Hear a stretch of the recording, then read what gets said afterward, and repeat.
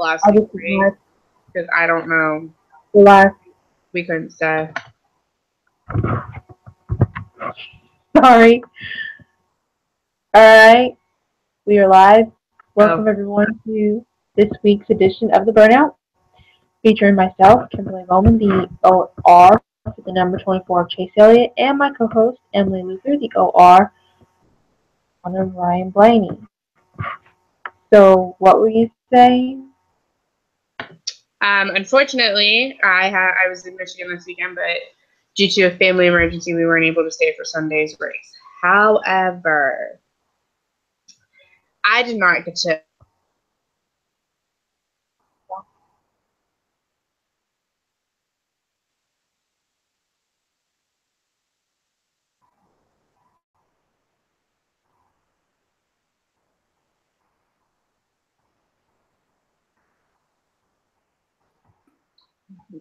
But I had a really cool experience with him this weekend. Actually, 2 cool experiences with him.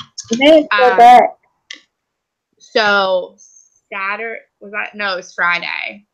Yeah, it was Friday.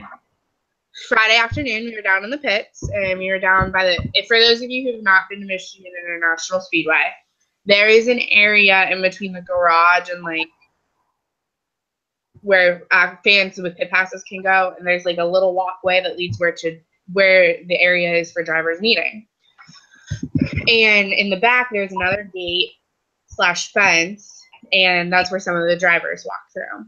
Well, on Friday evening, I had already missed Ryan earlier in the day because he walked right past and we couldn't get to him. So I waited. I waited at the fence after qualifying. I waited. And I waited. Danica came down. Ricky Stenhouse Jr. came down. Kyle You didn't Busch. tell hi? You didn't tell hi from me? No. I didn't even say hi to them. Matt DiBenedetto walked down. William Byron. Matt Kenseth. Clint Boyer, actually. Clint Boyer called me a hun, so totally geeked out about that a little bit. And then Ryan Blaney walks down, and I'm freaking out, of course. And I had a beer in my hand. I had a Miller Lite because I was so excited for his win. I wanted to be able to give him a beer. And he walked down. He was in his fire suit from qualifying. And I was like, Ryan, can I give you a beer to celebrate last week's win? And he goes, well, if I wasn't in my fire suit, yeah.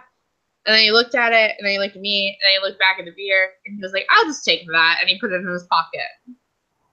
And then I was like, so does this mean I get a follow now? And he goes, what, for the beer? And I'm like, no, for the last 3 years on NASCARfemale.com, dedicating it to you.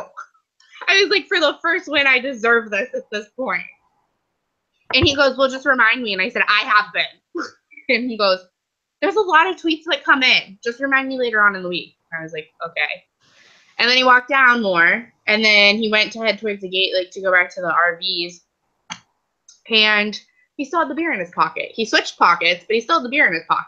So then, Sunday. It was Sunday morning. We were at the track for a little bit, and then we had to leave. But we got to see Ryan again. And I asked him how the beer was, and he said it was great. And I really appreciated it.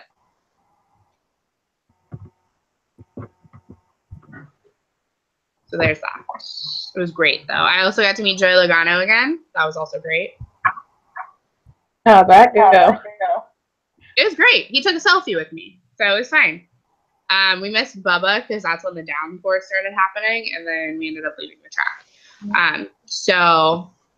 But we didn't get to talk to him, but we saw the King, and I was in line to meet Dale Earnhardt Jr. but had to step away because of the family emergency. But totally fine because I got to see him on the track, so that's fine. And July 6th, 7th, and 8th, Junior, if you're listening, if anybody that talks to him is listening, I will be coming for an interview. Just throwing that out there. It was a good time, though. I'm so behind, but I've been meaning to post your pictures on the Instagram page. I'm so behind. I have them on my computer, and of course you can't post on the web for some reason. You can only do it on mobile. Yeah. But It's annoying. so I've got the pictures on my computer, and they have an app from the store you can download for the computer. So I downloaded that. Now the app won't. I'm working on it, and I have no room on my phone for any more pictures, so I can't put them on I my mean, phone. it's fine because I'm working on getting an article written for Ryan. I'm hoping to do that in the morning from his wing. Just saying. We'll see though. But it's fun to be at the track again. Well, we all mainly cover the Monster Energy Cup series on this wonderful webcast, and then NASCAR female in general. But I feel the need to mention the Xfinity series this week, just a little bit. Chest. Alright, for those of you that do not know what happened, Denny Hamlin got the win.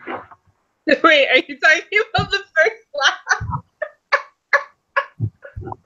William Byron came in second. Oh, I thought you were talking about something else. No. I come in the room literally on the last lap. I was busy vacuuming the house or whatever. And I literally It was a really good race. It was a really good race. Oh, but I did not want Hamlin to win. Not really. Have we talked about it here? It's like won that race. Okie dokie. I mean, that was his race.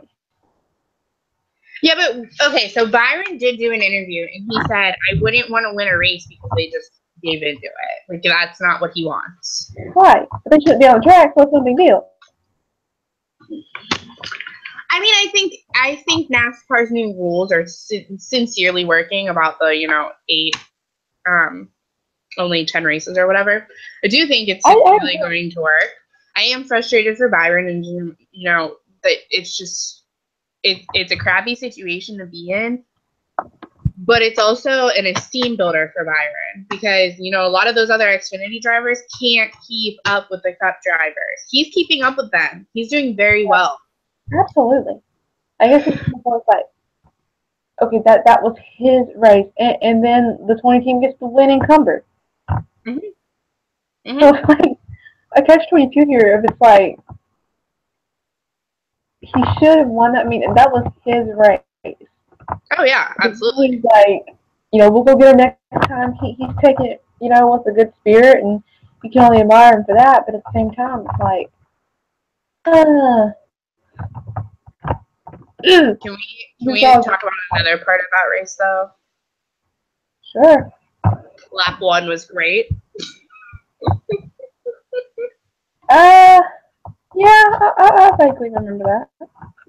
So, for those of you who did not watch the Xfinity race, on lap 1, not even full lap 1, in turn 1 of lap 1, Kyle Busch thought he was racing for the Daytona 500 on the final lap in turn 4, and decides to block Brad Keselowski, and Brad's just like, well, sorry about you, and knocks Kyle out of the way.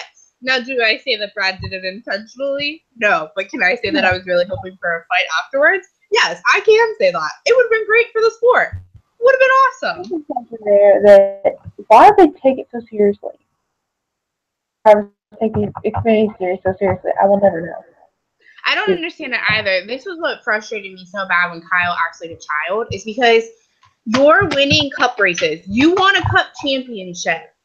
And you get mad about finishing second in the Cup Series when there are drivers who would kill to finish 30th in the Cup Series, who would kill to finish 30th in the Xfinity Series, Like, I just don't, I will say he has a lot of drive and he has a lot of passion for it, but there comes a time where enough's enough. And enough is enough with Kyle Busch right now. And it's really funny because in the video when it happened, my mom took a video as we were sitting in the stand. And there's a bunch of Joe Gibbs fans in front of us. And my poor fiance, it's his first race weekend and he doesn't have a driver. And so this isn't helping him. And I look, because when you're at a race, everyone stands for the first few laps. And so they just went past the finish line. They go into turn 3 and I see Kyle, and all in the video, my mom replayed it for me. The only thing you can hear clear as day is me screaming, there goes Kyle, and then me cackling over it. My mom was like, and this is like the best video I've taken this weekend. So that worked on A&Z. I literally was just cackling. I thought it was hilarious. It really wouldn't work on A&Z because no one else would understand why it's funny. So it's not funny because he wrecked. Right. It's not funny that he crashes and can hurt himself. It is funny that he is so dramatic about everything and thinks he's racing the Daytona 500 last lap, turn 4, about to take the checkered, on the first lap of the Xfinity race that really doesn't matter to him because he doesn't gain anything from it. And he wrecks himself. Yeah, Brad turned him, but you went to block Brad on the first lap. If you watch that video over and over again, it doesn't change. I guess they have nothing to lose, so they're just letting it go, I guess. I can't. I cannot. I'm just so baffled. And then Kyle gets back up in the top 10, and I'm like, great, this is going to be great for racing, because then there might be a fight afterwards, because he's probably bitter with Keselowski. And then in his his post-race interview, he was really frustrated. And I feel like the reporter was just like, are you serious right now? Like, are you really throwing a fit right now? You finished in the top 5. You finished literally like 5th after all don't this. even want to. No. What's wrong with like, go get him tomorrow.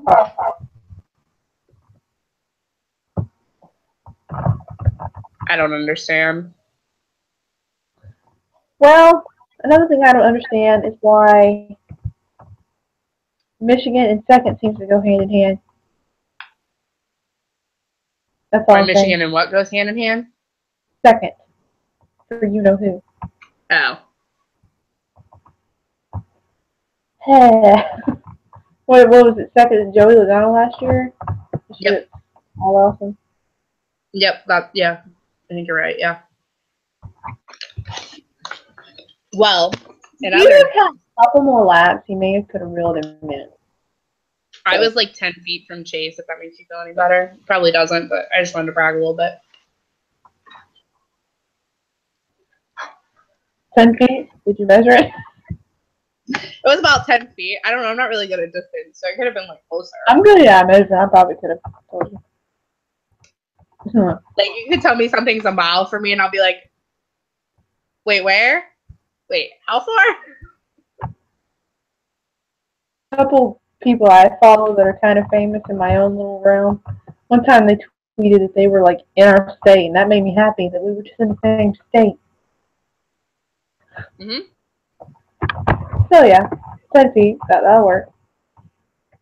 But yeah, Chase Elliott finished second. Joe Logano finished third.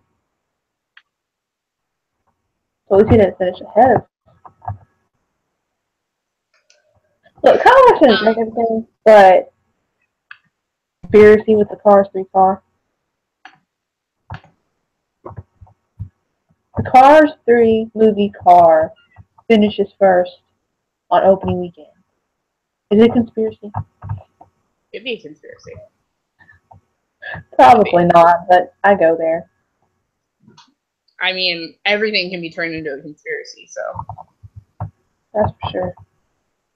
We also had a huge announcement. Well, at least 2 huge announcements. No, 3 huge announcements. Trevor Bayne's baby was born. Absolutely. In New York, which is interesting because I look at Joey Logano and I think of a 12-year-old child because of his baby face. So the fact that he's about to have a child. Right? I do think it's cool though because the way that they want to do the gender reveal, he wants to do a burnout for it. So that would be really cool to see. That is if he wins. No, I think like a separate burnout or something. Oh no, I get what you're saying. Yeah, like around family and stuff. That would be cool though. And then third news. Oh, JJ got an extension on his contract. Why don't we say it with a little bit more beaming smile? JJ got an extension on his contract with Hendrick Motorsports. Better. whatever. I'm done with it. I can't. Okay. And we mentioned the encumberment for the number 20 series. That penalty for splitter structure. The splitter was not flat. And that was a quote from the article. As a result, the race win for Denny Hamlin was ruled encumbered. Can't even say the word. So it's like, I'm reading that and I'm like, hey, why mention it? It's like, okay, that would make sense. Okay, 0-1 and would have been encumbered. I would understand the kind of. Okay, so encumberment means it doesn't count towards playoffs. Yeah. So why even encumber it? Just say, because that's making no sense to me right now. Because okay, no points anyway. So why even mention that it was encumbered? Because technically the win was encumbered anyway because it never even counted in the first place. So, okay, first of all, this whole encumbered thing, it just makes me laugh that NASCAR had to put out a separate article stating what encumbered means. Really? I heard something about that, but I didn't hear that. They literally had like a page-long article and explain what it was. Do people not know the English language anymore? No. No, they don't. Especially, but that's not even the problem. The problem is that NASCAR is trying to relate to like other sports. So they try to use all these words. I'll take that back. We don't care. Just race. I do understand certain words are difficult, so I take that back a little bit. Certain words mean there are some big words, which that would be a big word for some.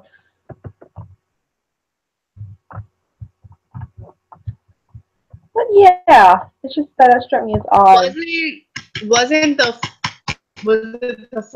14 whose thing was no?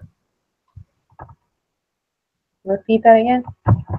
The 14 in the Xfinity series, his was encumbered too. Maybe it wasn't the 14. You can only be encumbered if you won. Wait, what? Somebody, I can't remember if it was Xfinity or ended up being trucks, but somebody's place, like whatever position they finished in, they counted it as encumbered, but it wasn't the winner. It was somebody else. That sounds stupid, but I have no idea.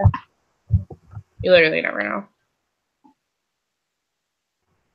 Seriously. I'm not seeing anything, but I don't mean it's wrong. Anywho. Alright.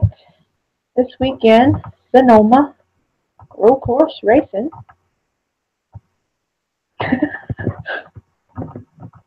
And Emily burst with excitement. Newsflash. Now, Drew's still out for me. I can't remember how excited I was for road course racing last year, but I don't remember just being keeled over with excitement over it. But it is I do like road course racing in the fact that it gives a little bit of a change of pace. You get to see a little bit more of certain drivers that's not usually running up front a lot because they have road course experience or whatever. They usually kind of shine. So that part about film I do like, or road course racing in general. We shall see. I hate road course races. I know it's an unpopular opinion, but I loathe them. Like, you know, some people loathe Talladega. I loathe road course races. How can you loathe Talladega? Get on Twitter and you'll see. Oh, Lord. Samantha Bush is apparently one of them. Hey, You have to have facts to back up why you hate road course racing. So dish it. First of all, my drivers never do well at road course races. Second of all, a road course race, you can't get up to the speeds that you would like to get. I like fast cars. The fact that we have to slow it down to go left and right is stupid. I don't like it. Third of all, what also makes me really angry about road course races is they just drive wherever they want, like, completely disregarding everything. They're just like, oh, well, here looks good. Boom. Like, no. Hey, that's why they call it road course racing. It's just like on the road. I hate it.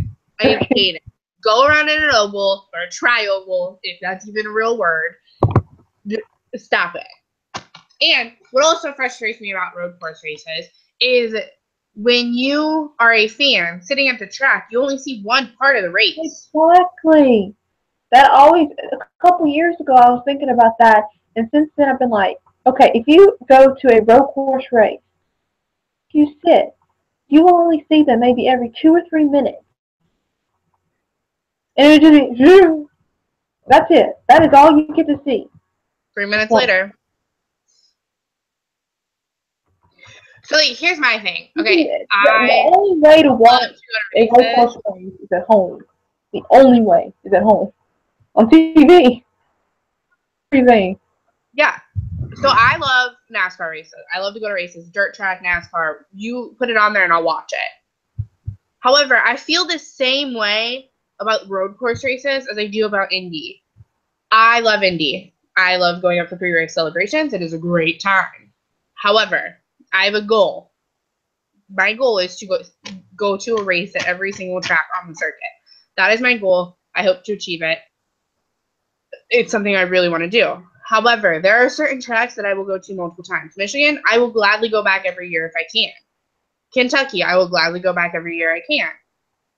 Indy, there's a really good chance I'm going to go on and be like, okay, let's find a different one. Because you can only see part of it. I don't see the point in going to a track where I can't see everything. Even, no matter how high I sit, no matter where I sit, I can't see everything, and that bothers me. If I want to watch, and the worst part, too, is that Indy, and from what I've heard about road course races, is they don't have the big screens like you do at, Texas, at Bristol, at Michigan. You literally have it looks like a 22-inch. That's what it looks like. That's what it appears to be. I know it's not. It's probably like a 50-inch. But even still, that's still small to be looking at when you're sitting on a track. You mean 22 feet? No, 22 inches, because that's what it looks like when it's that far away. Oh, I get what you're saying. Because the way that, at least the way that Indy works, so on the front stretch, you have seats on both sides. Well, the TV's on the other side, and it's hanging on a pole, but it looks so small. It looks like you're sitting in your room watching a 22-inch. That's how small it looks. Mm-hmm. If I wanted to do that, I'd just sit at home and not spend the money. Yeah, I got a 32-inch in mine. See, it's right there. You know what I mean, though? Well, we have a 40-inch in ours, but you know what I mean? I'm not going to... Why? So I'm going to go to that track once and be happy with it. Once for at least a race. Right. I normally go for pre-race celebrations for the Indy 500. But that's how I feel about road courses. I would like to go to every single road course race, at least road course track for one race, and then I'm done with it. In there. I don't need to go back. Doctor this. Don't need to go back. Image in my brain. Wait, what if you could cart and follow them? I mean, I'll drive on it myself. I just don't want to watch everyone else drive on it. I just kept the laugh. Excuse me. Not only that, but at least wrecks at road courses sometimes turn out to be worse. I mean, look at Joey Logano a few years back. He took out half the field. On a road course. That's a bitter subject. I probably shouldn't have brought that. I probably shouldn't have brought that up because that is a bitter subject. I apologize for our fans that are watching that is bitter for. I'm really sorry. I'm not that sorry. Alright. Do you have track facts for us? I do have track facts. Oh, interesting. BK Racing is not entering and he won in the 83 car this weekend. Fun fact. And Bubba Wallace is not racing in the 43, but I have a theory, probably a conspiracy theory. But before I do track facts, I just want to point this out. So there are a lot of moves happening this year. The 88 is now free. There's a good chance the 5 could be free because I don't think Hendrick's. I don't think Casey's saying it. Byron in the number 5. Maybe not next year, but I've got a feeling. Well, so Casey's contract is up after 2018, so I could see that. I don't see him staying on through 2018 though. I see it being like a Carl Edwards situation and him just being like, all right, guys, I'm not starting the next season. Like, sorry, that was it. I can see him doing that just because he's ran so poorly. Like, you're in the best equipment in this sport, and you still do bad. I don't get it. Anyway, so we have those changes. Max still has not signed his contract. He hasn't signed with Penske. I have a theory. And that is? My theory, if he does not stay with Penske, which I think he will, and he wants to, however, it would be like a Cinderella story. And he would find his way back home.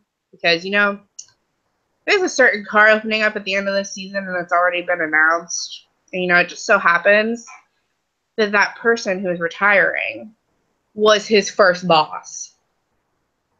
It's where he got his start. Cinderella story. Brad returns to Hendrick/Jr. I don't think it'll happen, but it is a conspiracy theory that I have. For sure. Yeah. It would be a huge blindside to everybody, I think. I think it would definitely change the game. Or the sport, I guess. We also have the possibility of Penske bringing on a third car, or, you know, series, because I love them. Brad moves to the 88, and Ryan Blaney moves to the 2 car. This is great. Great. Just some theories I have. I could shake up this whole entire roster right now, and people would just be like, you can just lay it out. People would just be like, do you literally just like think of this stuff? Yeah, I do actually. I think about all options. You have to. And then my other theory is that I don't think Eric Almirola will actually return.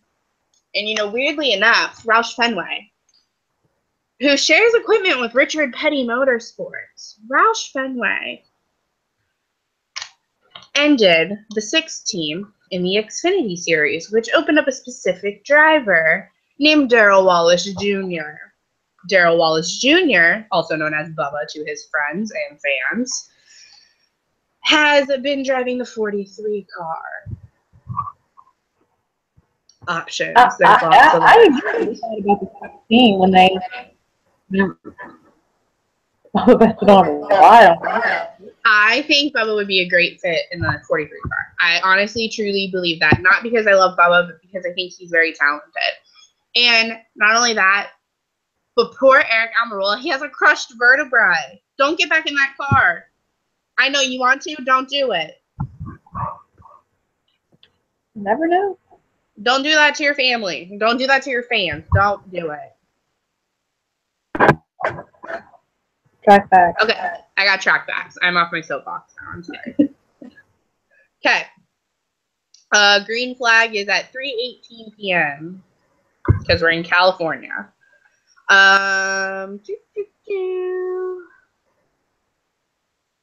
Schedule, thank you. 1.99 mile road course with 10 turns. The race distance is 218.9 miles, so 110 laps. Stage 1 ends lap 25, 2 lap 50, final stage lap 110 unless overtime. The track opened in 1968. The inaugural NASCAR race was 1989. I don't know any of these people that they're listening. Oh, the honorary pace car driver is John Lasseter, Chief Creative Officer of Pixar and Walt Disney Animation Studios. That's awesome. Okay, sorry. No bias here. I don't know why they keep doing this. They keep changing things. Ooh, race and championship odds. Okay, I don't need to look at that because I'll get distracted. Hold, please. I'm trying to figure out last year's.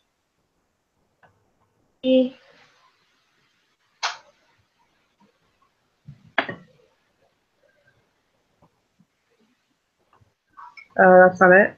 Oh, wait, no. Wait, no. That's not it. Hold on.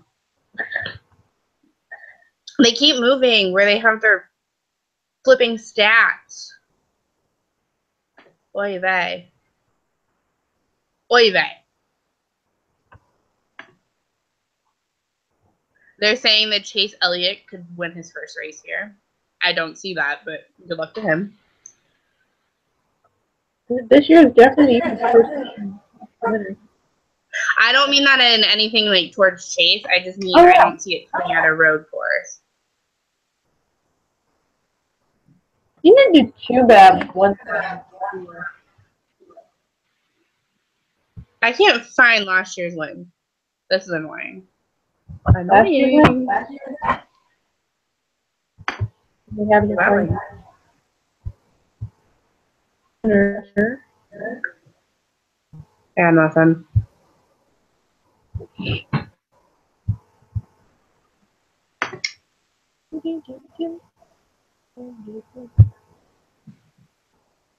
Oh, I got it.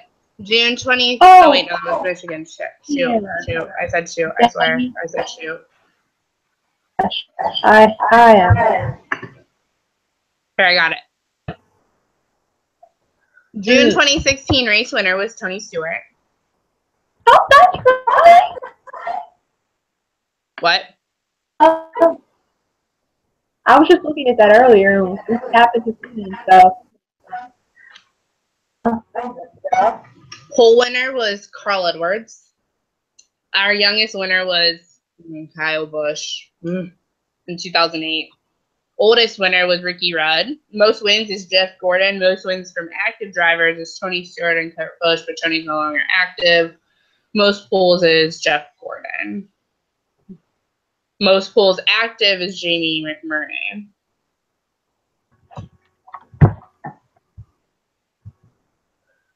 The most cautions we've had is 9, and that was in 1990, so it was 27 years ago. Interesting. Let me 20. What? You said 27 years ago.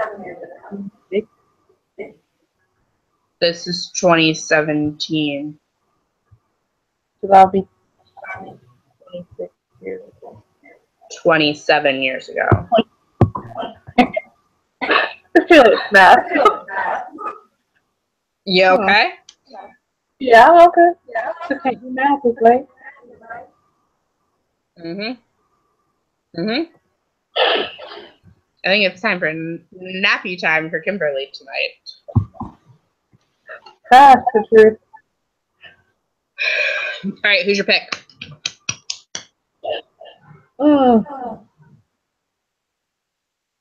Michael McDowell. Who? Michael McDowell. McDowell, is that who you said? Yeah. Okay. You thought about that one, didn't you? Not really. But yeah. So you're winging it. Wing it with backed up facts. Okay, mine's probably going to throw you too. Kurt Busch. He is the leader for most top 10 finishes with 9. And it's something screwy that screwed him over every single time. Something weird has happened. I could see him taking it home this weekend. Okay. At least we give our viewers a blind side. Yeah. Sure. Oh, wow. Look over, covers all the basic news. Pretty sweet. Sweet because I sure didn't see him.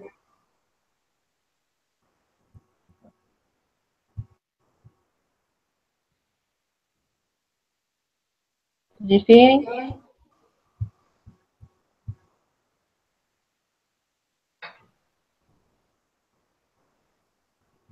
No. 1 point for now.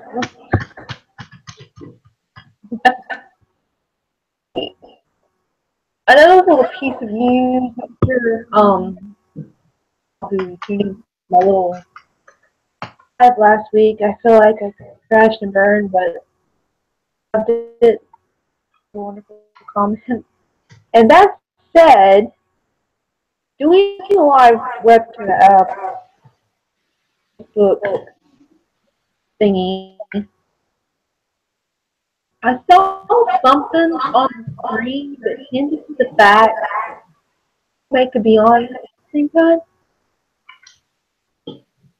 So I'm thinking maybe if I can figure out how to be on the screen at the same time, started Facebook Live. Bless you. Liz is cool with that idea. I think it's watch. Very popular. I'm still trying to figure out if it even works. I gotta continue to research that maybe. Stay tuned. So, thank you all for joining us this week. Don't forget to follow us on all our social media outlets, Twitter, Facebook, all that good stuff, and Instagram. And we'll be back here next week, Thursday, same place. Unless otherwise, we'll be here at the same time, Thursday, 9 Eastern for the burnout. Thanks for joining. Great night. Bye, y'all.